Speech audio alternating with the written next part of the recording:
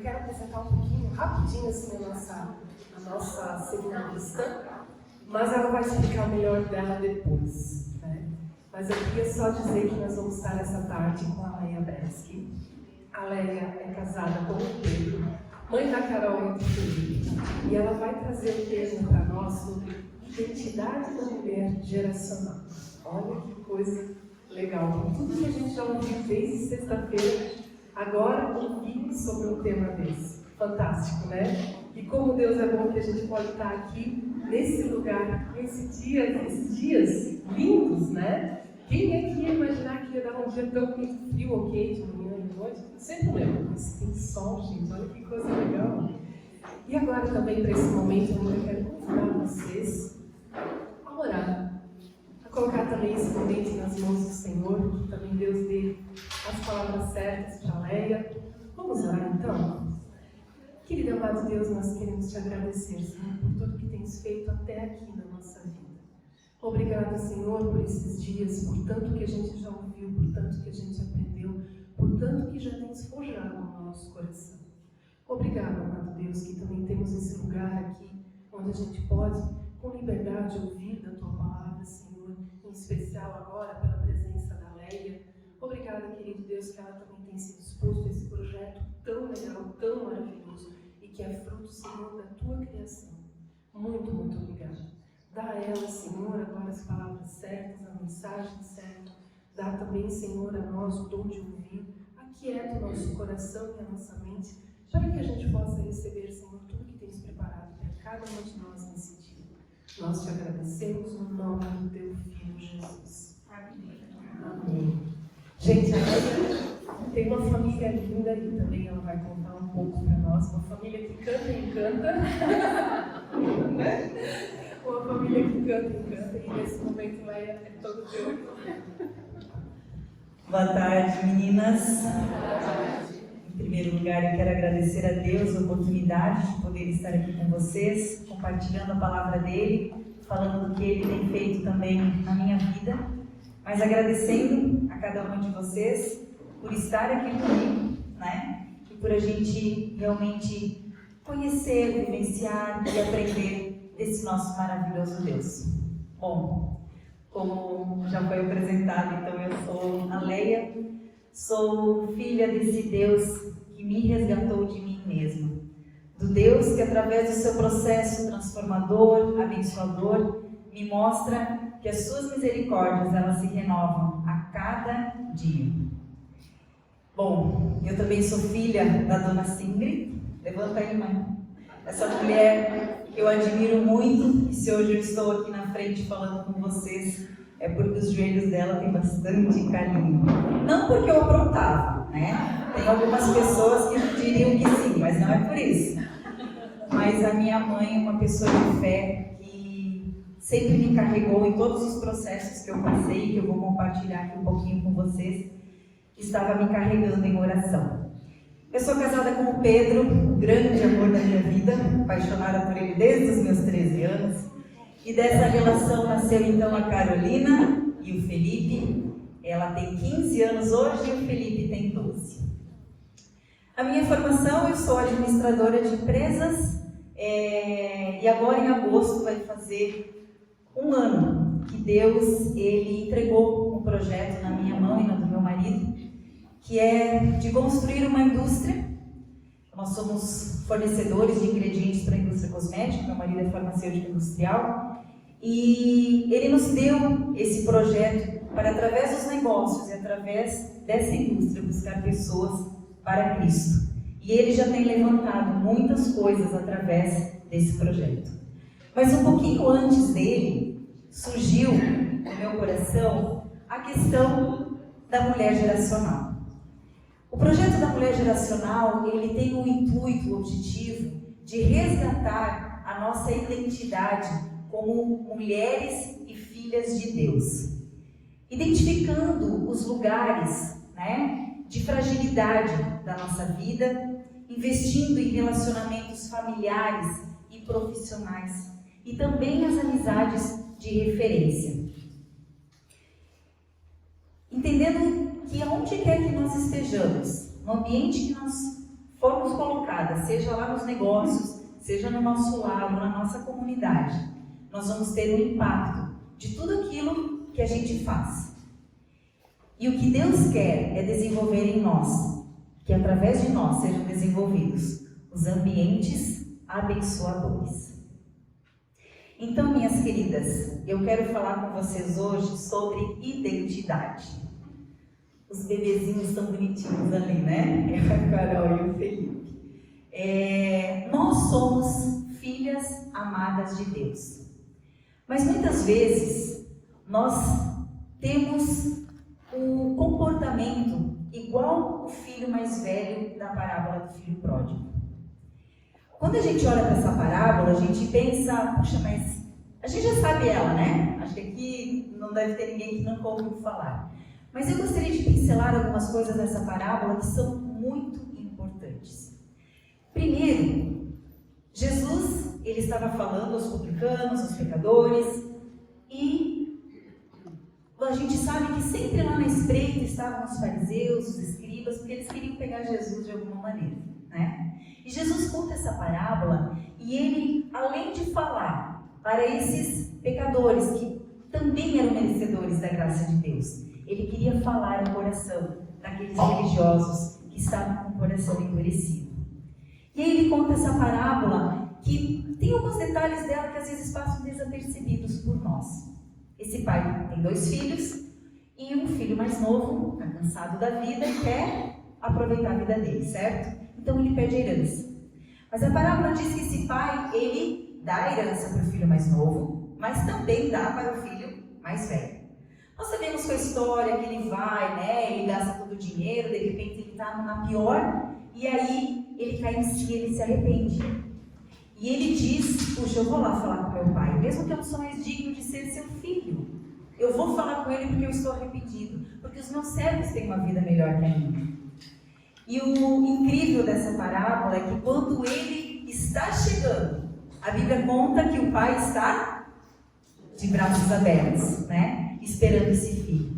E quando esse filho chega, Deus não fala assim, peraí meu filho, vamos conversar um pouquinho. Antes de você entrar, tem aqui uma série de coisas que eu gostaria que você me dissesse se você vai mudar ou não para poder entrar aqui em casa. Esse pai não faz isso. Ele está de braços abertos e ele manda trazer uma roupa nova, um anel, sandálias e faz uma festa para esse filho. E eles estão comemorando a volta desse filho que estava perdido e de repente a parábola diz que o pai sai da festa. Olha que lindo, o pai ele sai porque ele tem um outro filho. Um filho que não está participando da alegria, um filho que não está conseguindo enxergar as coisas que o pai enxerga. E ele sai, olha para esse filho e diz, filho, por que você não está na festa? E o filho está lá bravo, porque ele diz, eu trabalho para você todo esse tempo, eu sou um escravo, e eu não ganho um cabrito para comemorar com os meus amigos, agora esse que esbanjou tudo, ganha uma festa. E aí o pai olha para ele e diz, meu filho, você não entendeu nada. Tudo que é meu é teu. Repete comigo. Tudo que é meu é teu. Entra na festa. Goza o que eu tenho para você. Eu tenho uma vida maravilhosa agora, não só para depois. Venha viver essa vida comigo, uma vida abundante. E a parábola mostra que o filho mais novo, arrependido, estava na festa. Mas nós não sabemos o final da história para o filho mais velho. A parábola não conta se ele entrou na festa ou se o seu coração estava tão duro, porque ele preferia as convicções dele, a sua religiosidade, aquilo que ele acreditava, do que olhar para os olhos do Pai. O nosso Deus, ele é um Deus de misericórdia, um Deus que nos ama a ponto de nos dar tudo. Tudo que é dele é nosso. E antes da criação do mundo, Deus já criou essa imagem de semelhança. Nós temos a identidade do nosso Criador.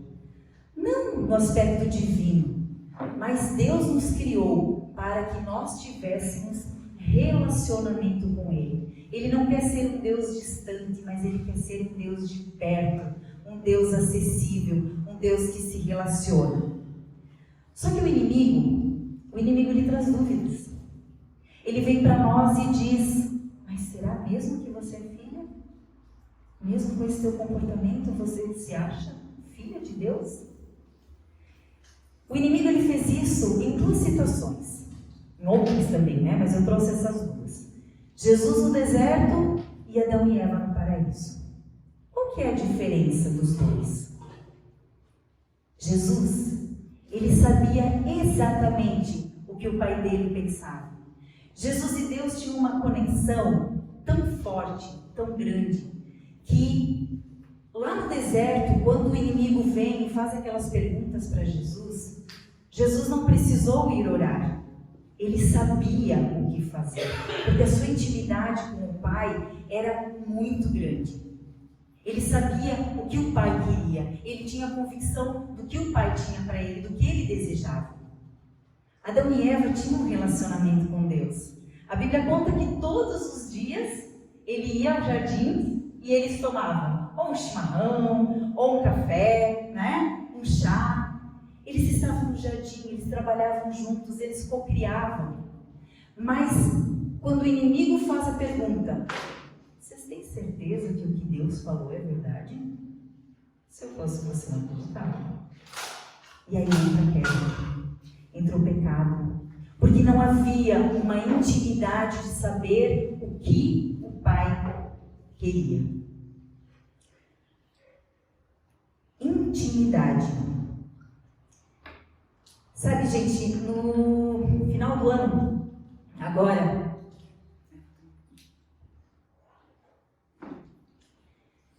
eu tô um pouco nervosa só, né? Eu faço 25 anos de casado.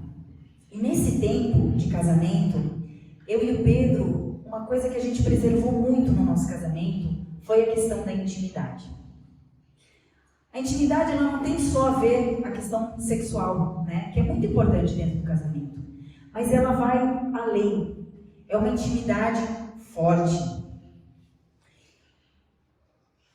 Ao firmar uma aliança de amor, o casal, ele entra em um relacionamento de entrega e de doação voluntária e pessoal, de forma que com o passar do tempo, nós vamos criando uma união de amor no qual nós não somos mais capazes de pensar, de viver e de planejar, sem levar em conta o outro. E quem experimenta essa auto-voluntariedade, né? Essa constância, que é motivada pelo amor, descobre que quanto mais eu me dou, mais verdadeira e livre eu me torno. Quanto mais eu me dou, mais livre e verdadeira eu me torno. Isso não significa que a gente vai fazer as mesmas coisas, que a gente vai gostar das mesmas coisas. Cada um tem a sua singularidade. Cada um tem seu espaço. Mas eu não consigo viver sem reconhecer e considerar o outro no que eu vou fazer.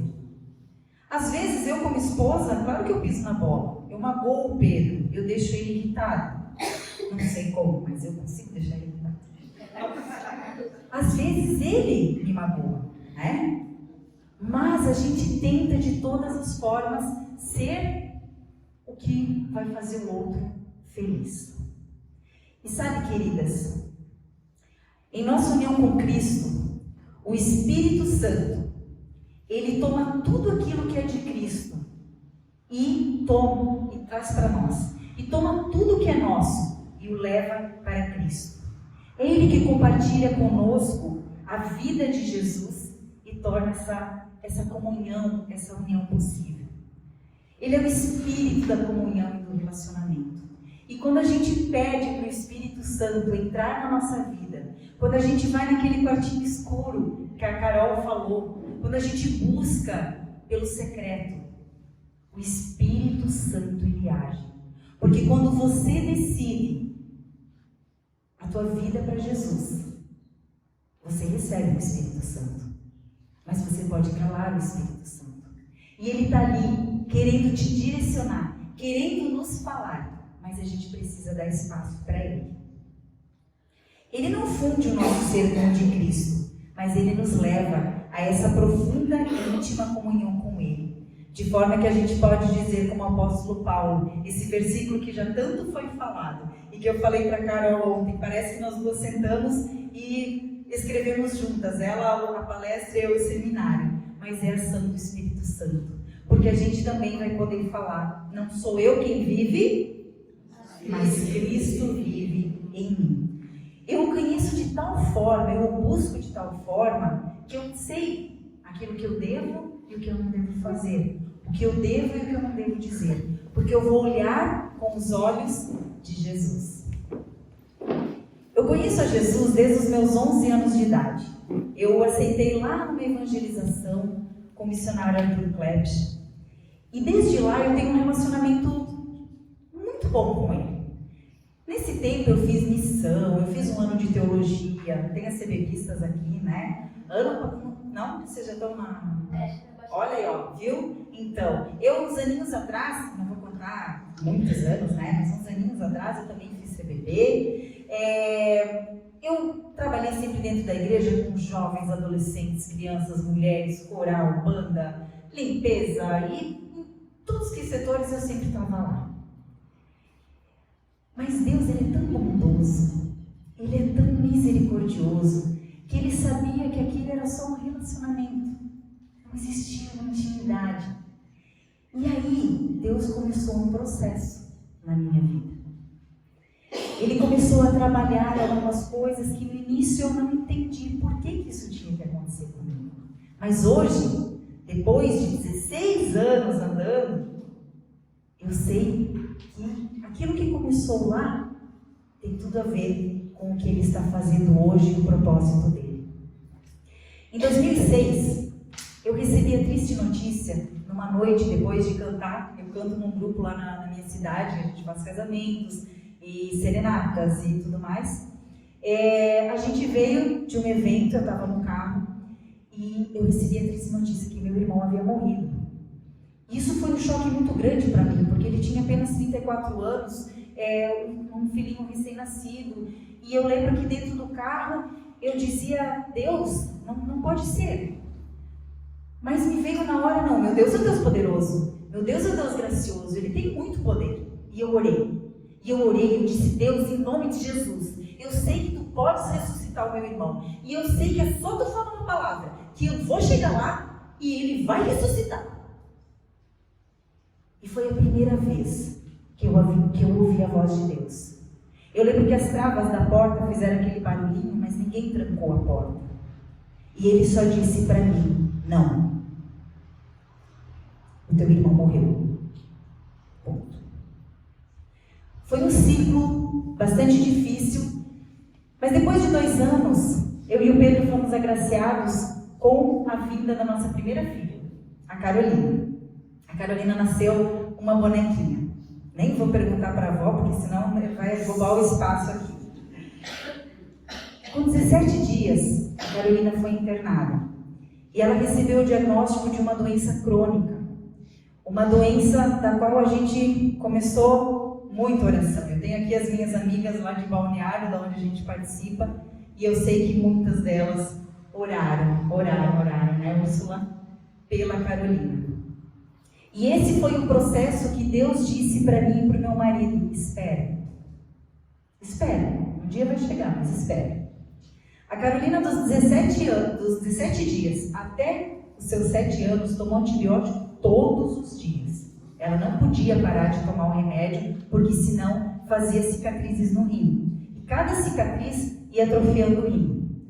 A Carolina perdeu o rim direito e o rim esquerdo já estava comprometido também. Então a nossa luta era muito grande. A gente ou ia da Unimed direto para o culto, ou saía do culto e ia direto para a Unimed ou para o hospital, e assim era a nossa vida.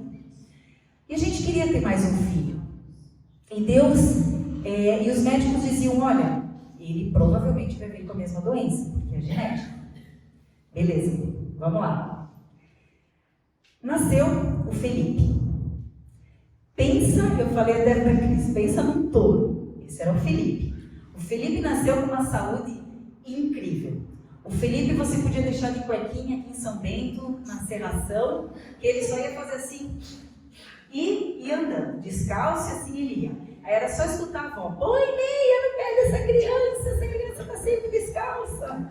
E o Felipe não tinha nada. Chegou um dia que eu falei para meu marido, puxa, a gente paga tanto Unimed, né? Acho que era Unimed do Felipe, a gente vai cortar, porque esse guri nunca fica doente. Ah, que essa boquinha, né? Eu e o Pedro, a gente estava na parte de carreira, uma parte muito boa. O Pedro estava crescendo profissionalmente, eu estava crescendo. Eu cheguei no auge da minha carreira, eu estava buscando uma promoção e aquele ano eu ganhei a minha promoção, eu ia ser diretora de uma parte lá da empresa e eu estava assim em êxtase, né? Porque quando você estuda, faz a tua parte, você se esforça, poxa, é tão gostoso você receber. Um mês depois, o Felipe foi diagnosticado com câncer. Um câncer agressivo, um câncer que abalou as nossas estruturas, porque realmente foi muito difícil. E assim, é um tema muito difícil para eu falar, então vocês me desculpem se eu vou chorar. Mas eu quero testemunhar porque são coisas que eu quase não falei para ninguém e que são muito importantes para nós, porque foi um processo muito dolorido que a nossa família passou. Mas eu lembro que nós tivemos que sair de Itajaí, né? Era plena pandemia, então só podia ir eu e ele. Nós fomos para Blumenau, então a gente ficava uma semana.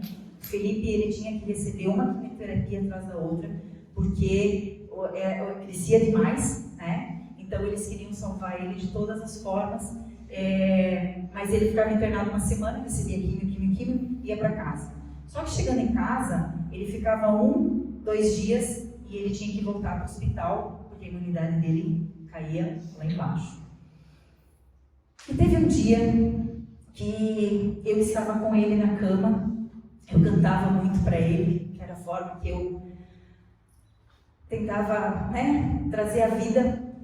E naquele dia ele já não tinha respondido a mais nada. Eu lembro que eu estava me preparando, porque eu dizia, como é que eu vou falar para a Carol essa situação do irmão? Como é que eu vou contar? Ele já estava sem enxergar, ele não andava mais, as perninhas dele não conseguiam mais se locomover, o rim começou a parar, a boca dele era uma ferida atrás da outra, então ele não se alimentava mais, ele estava muito fraquinho. E eu lembro que naquela noite eu estava ali com ele e de repente ele falou, mãe, sabe uma vozinha assim que eu até olhei, mãe, eu fui filho, o que você quer? Mãe, eu quero te pedir uma coisa, mas eu não quero te ver triste.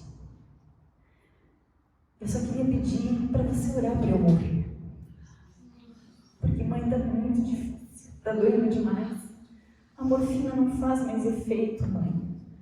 E é muita dor. E ele parou de falar. Sabe, meninas, naquele dia eu quis muito ser uma mãe forte, uma mulher forte cristã, e eu queria ter dito para Deus assim, Deus, seja feita a tua vontade. Mas eu não consegui. E eu orei muito, eu falei, Deus, eu preciso do meu filho. Não deixa ele ir. E eu só lembro que de manhã cedo, quando eu acordei com... Foi acho que a primeira vez que eu fiquei feliz em ouvir o Felipe resmungando. Porque eu acordei com ele assim, ô mãe, não vai ter comida nessa porcaria desse hospital? E eu falei, amém, Senhor, aleluia, eu recebi o sim que eu tanto esperava. Naquele dia, naquela manhã, eu tinha certeza que Deus havia dado sim. Porque, gente, o milagre de Deus foi tão grande que ele arrancou os tampões do olho. Eu falei, filho, você não pode ter a luz, porque a luz queimava a retina, né, por causa da quimio. E ele disse, mãe, eu estou enxergando e eu quero fazer xixi. Eu falei, filho, você não pode descer da cama, suas pernas não. Posso sim, eu posso andar. E ele saiu e ele foi fazer xixi no banheiro e ele pediu comida. Deus fez o milagre total. Nós fomos para casa, nós recebemos a cura, o louvor era muito grande, mas os médicos falaram: mãe, só tem uma coisinha, não acabou. Você vai estar agora sozinha, é pandemia, você não vai ter família perto, você não vai ter amigos, é você e ele. E ele vai ter muita revolta. E a primeira pessoa que ele vai jogar é você. E eu pensei, não sabem nada, né? Meu filho está curado! Que maior alegria! Mas realmente, passou um ciclo e começou outro. Eu tinha uma empresa, eu não tinha parado de trabalhar, eu tinha levado meu escritório para dentro do hospital, porque como a morte rondava todos os dias na minha cabeça, quando ele dormia, eu ia para o computador para não pensar em câncer. E eu lembro que quando nós voltamos, a pressão foi muito grande, né? Muita coisa que a gente passou. O Felipe, a Carol, rebelde, porque ela dizia: mãe, você esqueceu de mim, você escolheu só um filho, você só tem ele, eu não tenho você. O Felipe, o tempo todo falando: eu falei para você orar, eu queria morrer, mas não, eu ia estar com Jesus.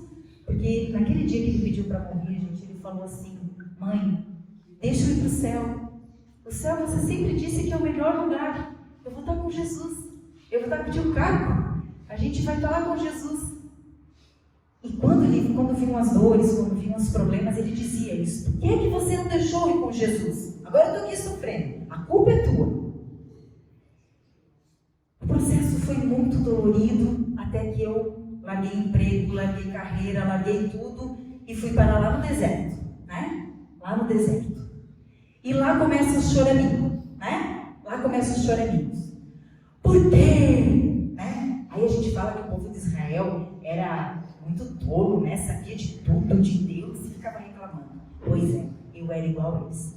Lá no deserto, Deus me colocou e eu começava. Porque antes eu tinha carreira, eu tinha meu salário, eu tinha meu status, eu viajava, eu era conhecida. Agora eu estou aqui. Deus, o que tu quer de mim? E aí, eu liguei para uma amiga muito especial. Sabe aquela amiga que às vezes te dá uns tapas na cara? Essa amiga? Eu liguei para ela e a Mi, que está aqui sentada, ela foi usada muito pelo Espírito Santo, porque ela disse assim: Leia, Deus te tirou do Egito porque Ele tem um propósito muito grande para a tua vida. O problema é que o Egito não serve você. Enquanto você não aceitar o processo de Deus, as tuas limitações, e crer, e for lá no secreto e depositar a tua vida diante dele, vai ter que acontecer mais coisa. Tá bom, não quero que aconteça mais nada, chega, né? Eu vou pro secreto. Quando eu fui pro secreto, eu encontrei o que eu nunca tinha vivido até então. Eu encontrei esse Deus incrível e maravilhoso. E realmente, quando a gente encontra, quando o Espírito Santo fala conosco, quando Ele nos leva para ver através dos olhos de Deus, amadas, a vida muda completamente. Porque eu achava que tudo que eu tinha era maravilhoso. Só que era um fardo tão grande, era algo tão pesado, que hoje, quando eu olho, eu penso assim: como é que eu suportava aquilo tudo? Porque quando Jesus te tira de algo e te coloca no plano dele, o fardo é o quê? É leve. O fardo de Jesus é leve porque ele o carrega e nós não ficamos sozinhos. Não é, Rúbia?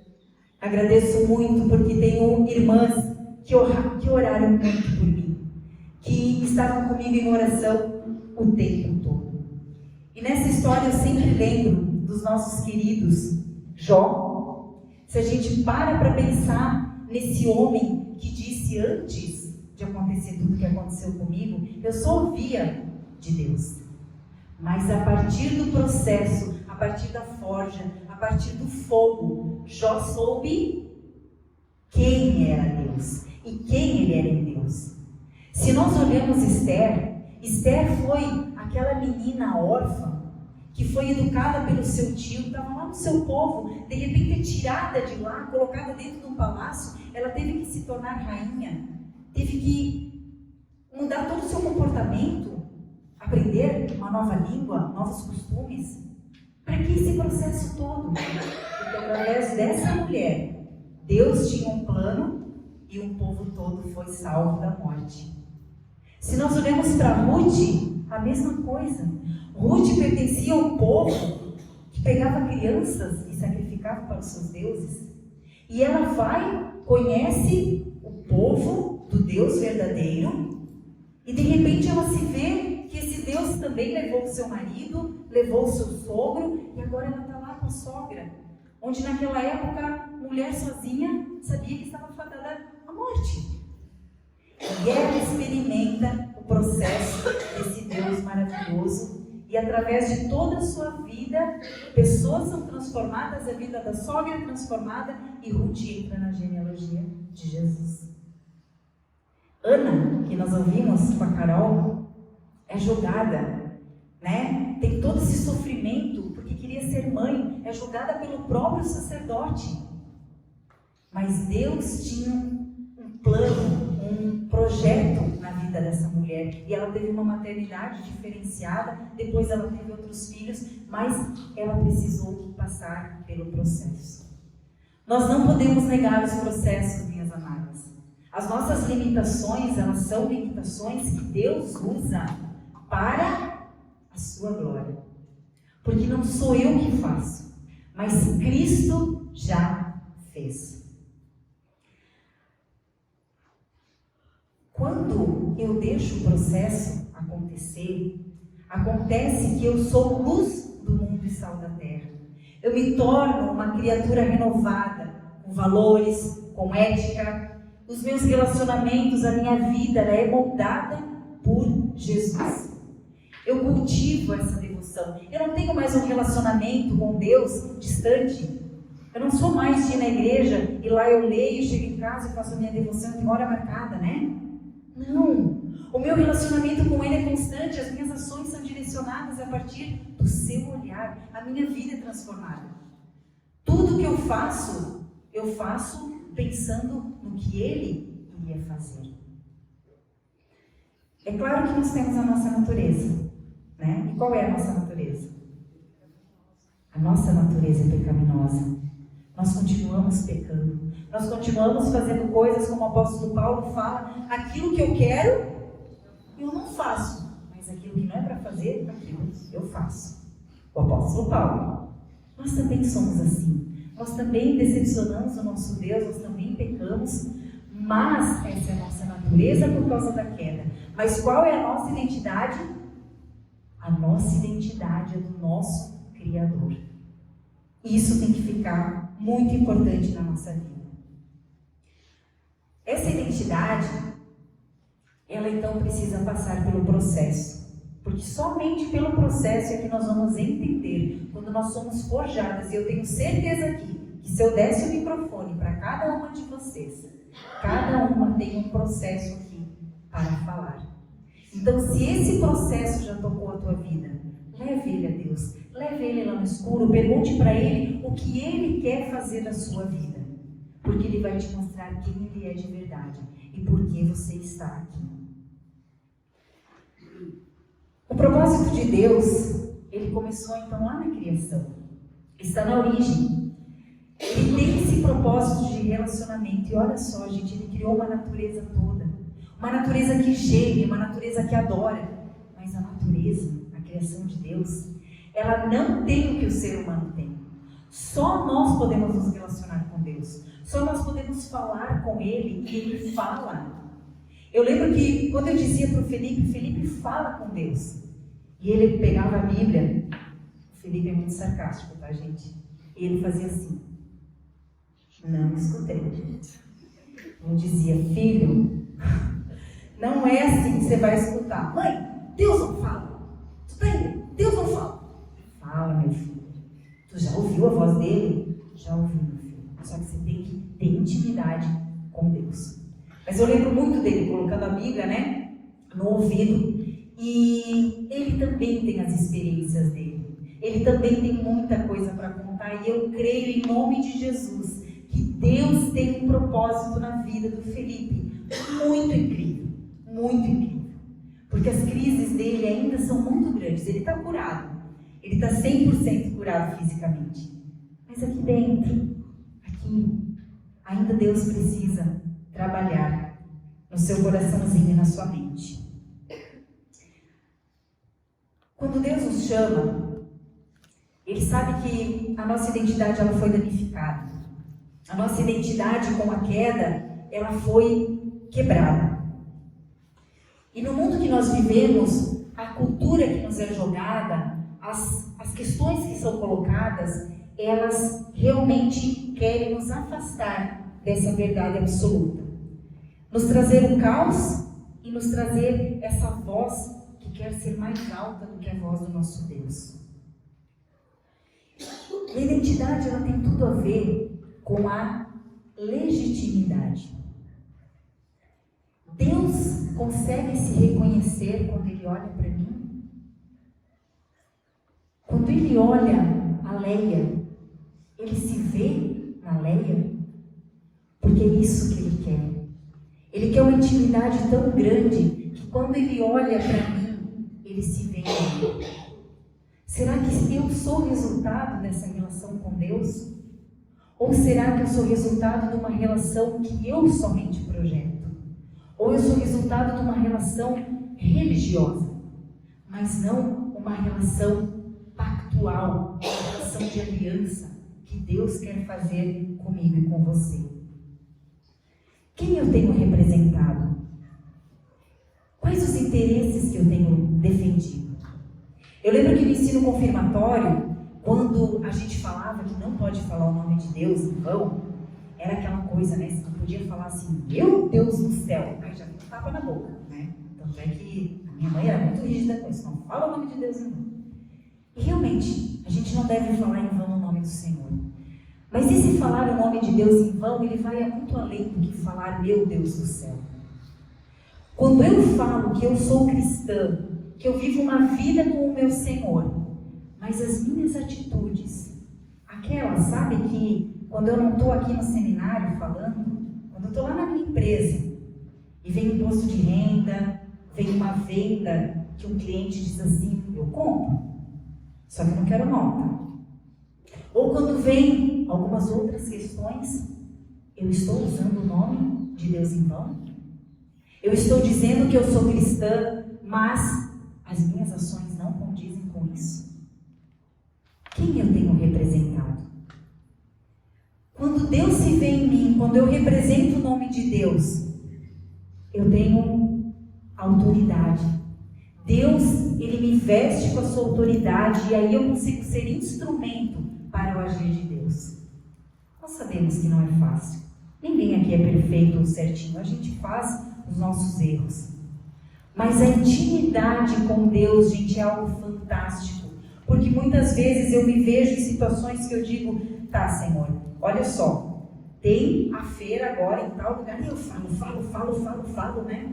E de repente eu só escuto aquilo, acabou? Tá bom, porque não é para fazer nada disso. Como que não é para fazer? A gente precisa, espera, que não é nada disso que eu quero. Gente, isso acontece. E antes, quando as pessoas falavam, eu não acreditava. Eu não acreditava que você poderia ter uma conversa assim com Deus, de sentar com Ele e dizer, ó, minha agenda está aqui. Agora é o seguinte, para onde eu vou? Deus, tu me deu uma indústria. Tu mandou, eu construí. E agora? E Ele vai falando. E Ele vai direcionando. Só que para isso, precisa um compromisso. Precisa uma dedicação. E principalmente, a mudança do controle. Sabe, eu sou mãe e aquela mãe que, como todas vocês, quer que os filhos estejam no caminho. Só que eu nunca vou salvar o Felipe e a Carolina. O único que pode salvá-los é Deus. E esse Deus, Ele já nos salvou, Ele já entregou a sua vida, mas Ele quer ter esse relacionamento. Ele quer fazer parte da nossa vida. Mas afinal, qual é a minha identidade então? Como que eu devo me sentir? Como assim a identidade do Criador? Eu queria trabalhar com a gente 3 tipos. A identidade que nos foi imposta, a identidade que nós mesmos colocamos para nós e aquela que Deus espera de nós, que é a identidade cristocêntrica. Essa identidade imposta a nós, ela é uma identidade de pressão externa.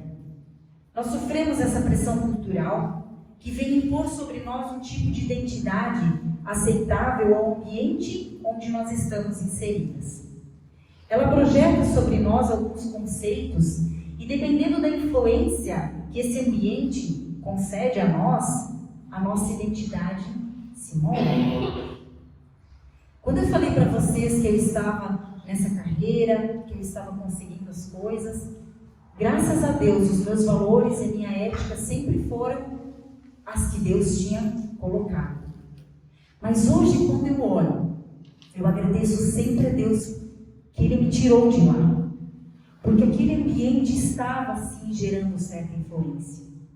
Você começa a pensar mais no seu ego, você não vê mais a sua família, que é o seu projeto importante que Deus colocou. Isso não significa que você não pode trabalhar fora, né?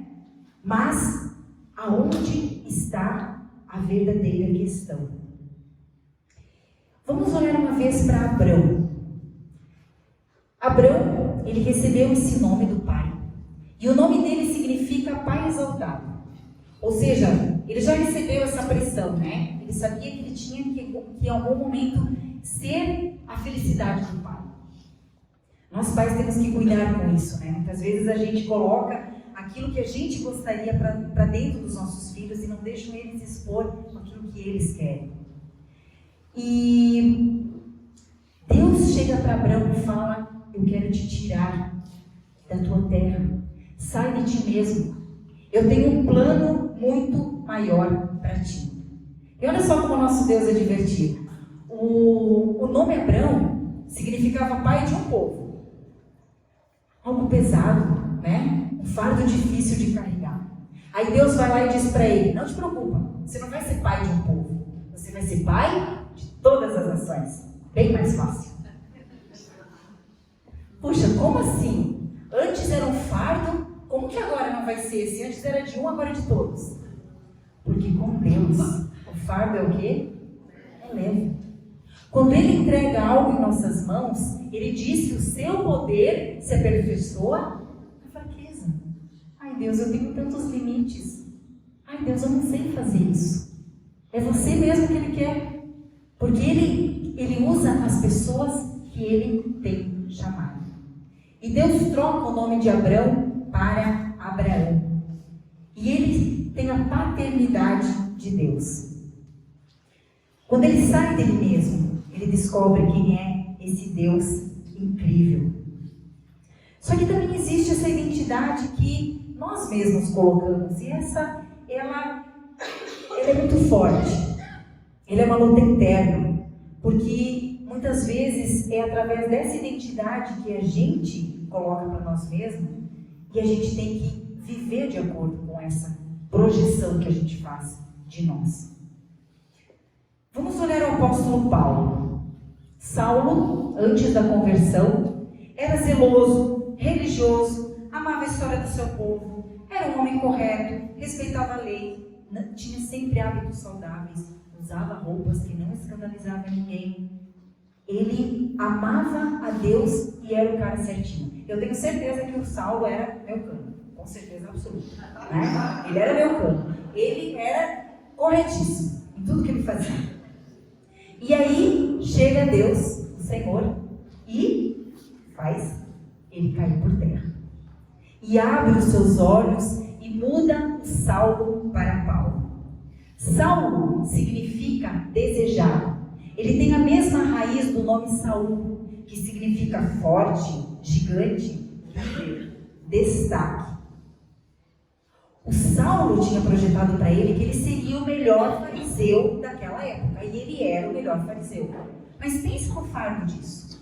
Né? Os fariseus já tinham aquela lista enorme de regras, nada a ver com o meu. É aquela lista enorme de regras. E ele tinha que seguir todas aquelas regras, porque senão ele não era aceito. Essa identidade ele projetou para ele. Quando Deus vem e chama o Paulo, Sabe o que significa Paulo? Pequeno. Paulo, o grande missionário, né? O apóstolo que Deus chamou para os gentios. Ele recebeu um nome de pequeno, de humilde, mas Deus faz dele um grande homem. E Paulo deixa o fardo daquela imagem corruptível diante das pessoas e aceita a imagem genuína de Deus. E Deus trabalha essa imagem nele. Abraão e Saulo, eles eram respostas humanas para resolver questões humanas. Mas Abraão e Paulo são respostas de mudança. Respostas de dizer sim para uma mudança de comportamento. De expressar a essência que nós carregamos. Só que eles continuavam tendo limitações. A Bíblia não deixa de lado a contar as histórias do Abraão, do que ele fez. O Paulo continuou sendo certinho. A gente não escuta coisas de Paulo, mas ele mesmo diz que o que ele quer fazer, ele não faz. Então a gente sabia que ele também fazia coisas que não agradavam a Deus. Muitas vezes nós ficamos refém dessa nossa identidade. A gente quer ser uma aparência. Eu estava comentando esses dias com as meninas de um exemplo. Lá vai o Felipe de novo, né? Porque a Carolzinha é mais tranquila. Vocês já podem perceber que o Felipe é um pouquinho mais agitado. Então, quando ele tinha ali uns 5 aninhos, eu lembro que ele chegou lá na Milton de Balneário e ele, quando ele estava bravo, ele andava assim, né? Então, a gente veio de Itajaí para Balneário e eu falando no carro, a gente está indo para a igreja.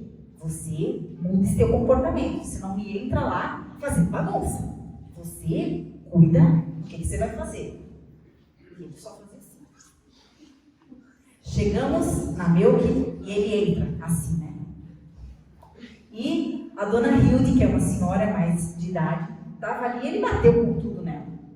Sem querer assim, né? E daí ela olhou para ele e falou: boa noite, Felipe, tudo bem com você? Ele olhou para ela: você não tá vendo que eu tô bravo? Grosso! E eu, como mãe, né, com aquela vergonha toda, fui lá: dona Hilde, me desculpa. E ela olhou para mim e falou: por que você está pedindo desculpa? Deixa eu te falar uma coisa.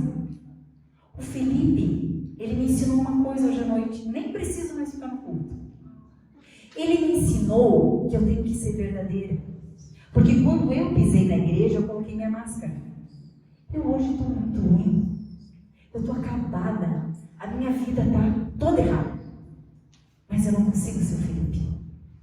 Claro, né, gente, que a gente não pode chegar na igreja batendo nas pessoas e ser mal educado, né? Óbvio que não. Mas a gente não precisa usar máscaras dessa perfeição que hoje em dia é colocada, não é? Não é só o Instagram, o TikTok que mostra as pessoas felizes. Na igreja, quando você chega com uma cara que assim, todo mundo já pensa: meu, aquela me pecou. O que aconteceu? Né? Essa identidade, essa pressão que a gente coloca, não é algo que vem de Deus. É uma pressão que nós colocamos, ou que o mundo nos coloca. E Deus nos oferece essa identidade com Cristo. Porque as outras duas, elas danificam, né? As outras duas, elas de maneira alguma têm a ver com aquilo que Deus tem projetado para nós. Mas em Cristo nós temos a origem, nós temos um lugar de permanência. E tem sentido quando a gente permanece nesse lugar. Para as obras que antemão o Senhor escolheu para nós. Esse relacionamento, essa intimidade, ela nos torna mulheres que conseguem olhar através dos olhos de Deus. Então eu vou conseguir me relacionar com as outras pessoas da forma como Deus se relaciona comigo. Eu não vou mais ter o meu olhar julgador, eu vou ter o meu olhar aconselhador. Naquela tarde eu precisava de alguém que me desse a real do que estava acontecendo comigo. Não era para ninguém passar a mão na minha cabeça. E Deus usou a minha irmã para ser dura naquele dia, mas dura em amor. Muitas vezes a gente quer mudar as pessoas através da nossa vara, né? Eu quero que aquela pessoa mude, então eu venho com o meu sermão, com as minhas regras, com a minha religiosidade. E não é isso que Deus quer. Ele quer que através da identidade de Cristo nós tenhamos o olhar de Jesus. O que Jesus faria nessa situação? Como que Jesus trataria esse problema? Muitas vezes nós tentamos ser o que não somos, nos adequar àquilo que não nos cabe, ser Davi na roupa de Saul, manipular situações e viver nessa luta interior. Porque nós queremos ser diante das pessoas e não buscamos o que nós somos através de Jesus. Governar com Ele em liderança, conduzir pessoas para o propósito, para saber realmente qual é a boa, agradável e perfeita vontade de Deus. Eu preciso sujeitar os ambientes a esse Deus. Eu preciso desenvolver locais abençoadores. Eu preciso ser uma pessoa que abençoa. Ser uma mulher recurso.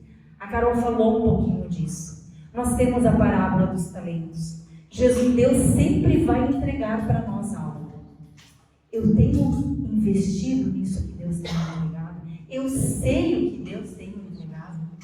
Ou eu sou como aquele que eu não sei o que fazer com isso, eu vou enterrar? Deus tem um plano para a vida de cada uma de nós, amados. E Ele quer te usar aonde você está. Se você está dentro de casa, tenha certeza que Ele tem um propósito incrível e maravilhoso para você. Porque você, através da tua casa, vai passando para a vizinhança, vai passando para o bairro, vai passando para a cidade. E assim você vai construindo ambientes abençoadores com os recursos que Deus colocou na tua vida. Porque Ele faz a obra dele a partir dele. Então deixe Deus ser Deus. Não faça que as suas limitações estraguem as coisas. É através das tuas limitações, é através da forja, é através do processo que Deus vai tirar você do lugar de prisão e vai te colocar aonde Ele tem pensado. Deus nos chama a sermos mordomos fiéis, não negando a nossa identidade de origem. Então vamos parar de lutar contra os caminhos que o Senhor coloca. Porque muitas vezes eles não são fáceis, mas Ele nos prometeu estar conosco todos os dias. Ele disse que Ele vai trilhar. Então, se Ele disse para Abraão que um povo era difícil, mas todos os povos iam estar com Ele, Ele também vai estar e prometeu estar conosco. Se nós queremos saber quem nós somos, qual é a nossa identidade, nós precisamos saber quem é o nosso Pai. Nós precisamos conhecê-lo, nós precisamos saber desse Deus da Bíblia. E é nessa palavra que nós vamos descobrir. É de joelhos, orando a esse Deus, que nós vamos conhecê-lo.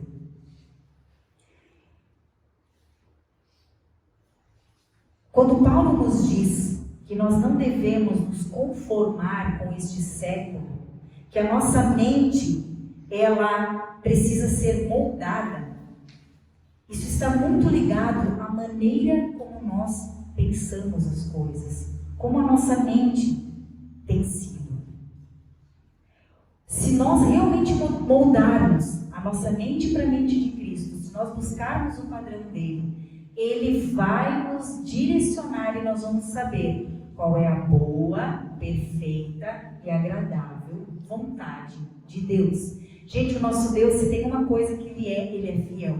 Se Ele fala algo, você pode crer, porque isso realmente vai acontecer. Só que muitas de nós e muitos cristãos nunca conseguiram viver essa vontade, porque não conseguiram vencer as suas mentes. Espera-se que Deus faça algo, mas Deus já fez. Espera-se que Deus nos dê algo, mas Deus já nos deu. Ele quer que nós recebamos. A festa está acontecendo e muitas vezes a gente está do lado de fora, está lá de cara feia. Eu trabalho o tempo todo na igreja, eu faço de tudo e a gente não entra na festa porque a gente se sente escravo. A gente vive uma identidade de escravidão e não uma identidade que Deus de antemão preparou para nós. A maneira como pensamos, ela não vai anular a nossa identidade, porque Deus nos criou com essa identidade. Mas ela nos impede de nós assumirmos o nosso lugar. Eu vou repetir. A maneira como pensamos não anula a nossa identidade, mas nos impede de assumir o nosso lugar. Nós somos chamados para ser luz, para ser sal. Mas nossa maneira de pensar muitas vezes nos impede disso. Uma árvore, o fruto da árvore não define sua identidade. Se tem uma laranjeira que não está dando laranjeira, ela não vai deixar de ser laranjeira porque ela não está com fruto. Mas o fruto é o meio de reconhecimento dessa árvore. É muito mais fácil quando tem a laranja lá, a gente poder saber que é uma laranjeira, certo? Os nossos frutos, as pessoas também vão reconhecer de quem somos, de quem é o nosso Pai, através dos frutos. Mas mesmo sem frutos, nós somos filhos de Deus. Somos por existir a imagem de Deus. Nós não fomos criados para ter ou fazer, mas nós fomos criados para ser e manifestar. E aí que entra o Espírito Santo. Porque quando eu tenho uma vida com Cristo, a minha vida não vai ser libertinagem. Ah, Leia, você está querendo dizer que agora eu posso viver a vida do jeito que eu quero porque eu sou filha de Deus? Não. Lembra da união do casal? Quando você tem uma mãe, um pai que você ama, você não quer magoá-lo. Às vezes, você faz muitos sacrifícios para não desprezar o pai e a mãe. E o Espírito Santo, ele vai estar lá agindo na nossa vida, dizendo, esse não é o caminho, não é por aí. Porque a nossa intimidade com Ele é grande, que Ele nos leva a essa conclusão. E nos revela. Ele nos dirige. Queridas, nós não somos aceitas ou aprovadas, ou mesmo abençoadas pelo que nós fazemos. Somos tudo isso e muito mais, porque Cristo fez. E eu queria muito que você prestasse muita atenção, porque quando a gente muda essa perspectiva, a nossa vida muda em muitas coisas. O peso, ele realmente fica leve. Em Cristo, nós não fazemos para ter, mas nós temos, por isso nós fazemos. Nós não obedecemos a Deus para sermos aceitos. Nós fomos aceitas e por isso nós vamos obedecer. Nós não amamos para sermos amadas, mas porque Ele nos amou, nós podemos amar. Cristo, Ele fez tudo que o homem não poderia fazer. Ele pagou uma dívida impagável. Eu e você podemos fazer tudo, tudo, tudo, tudo. E não ter nada. E não sermos reconhecidas por Deus. Porque às vezes a gente acha que nós estamos no lugar de Deus. Às vezes a gente acha que nós temos que fazer algo e nós anulamos a cruz de Cristo. Ele pagou o preço, Ele fez. E se eu tenho intimidade com Ele, eu não vou fazer coisas que vão decepcioná-lo. Claro, a nossa natureza é pecaminosa. Eu vou ter os meus erros, mas o Espírito Santo vai me ajudar a voltar, a pedir perdão, a ser perdoada e ser lavada novamente. Ele já nos salvou. Se você buscar em oração, se você for para o secreto, Ele tem maravilhas incríveis para te dizer. Ele tem um resgate incrível na tua vida e na tua identidade. Ele vai dizer para você o que precisa ser moldado e mudado. Você será usada pelo Espírito Santo e com certeza fará diferença onde quer que você esteja. A mudança na pessoa que aceita Cristo em sua vida, ela é feita somente através do Espírito Santo. Então não se preocupe, Ele vai mudar a tua vida e as coisas que estão ao teu redor, porque Ele trabalha na transformação genuína e avassaladora, porque quando Ele pega e quando você entrega e quando você confia, Ele o faz, porque é o Senhor que nos transforma através dos processos. Eu queria chegar ao fim dizendo o seguinte: tire um tempo para conversar com Deus. Peça que Ele sonde o teu coração. entra nesse secreto, faça um compromisso com Ele, peça para Ele realmente mostrar qual é o caminho que Ele quer para a tua vida. Deus tem grandes planos para a nossa vida e você precisa estar preparado para assumir esse lugar. Ele está esperando você. Nem sempre o preparo é fácil, mas lembre-se, a gente está aprendendo nas palestras. A forja, o fogo, faz parte desse processo. Porque aí sim nós vamos poder viver os propósitos do Pai. E com certeza vale a pena. Como que eu descubro a minha identidade? Vá até o fabricante. Se você pedir a Ele, com certeza, Ele vai mostrar no tempo dele e nas coisas que Ele tem preparado, que Ele é o Senhor das nossas vidas. Amém?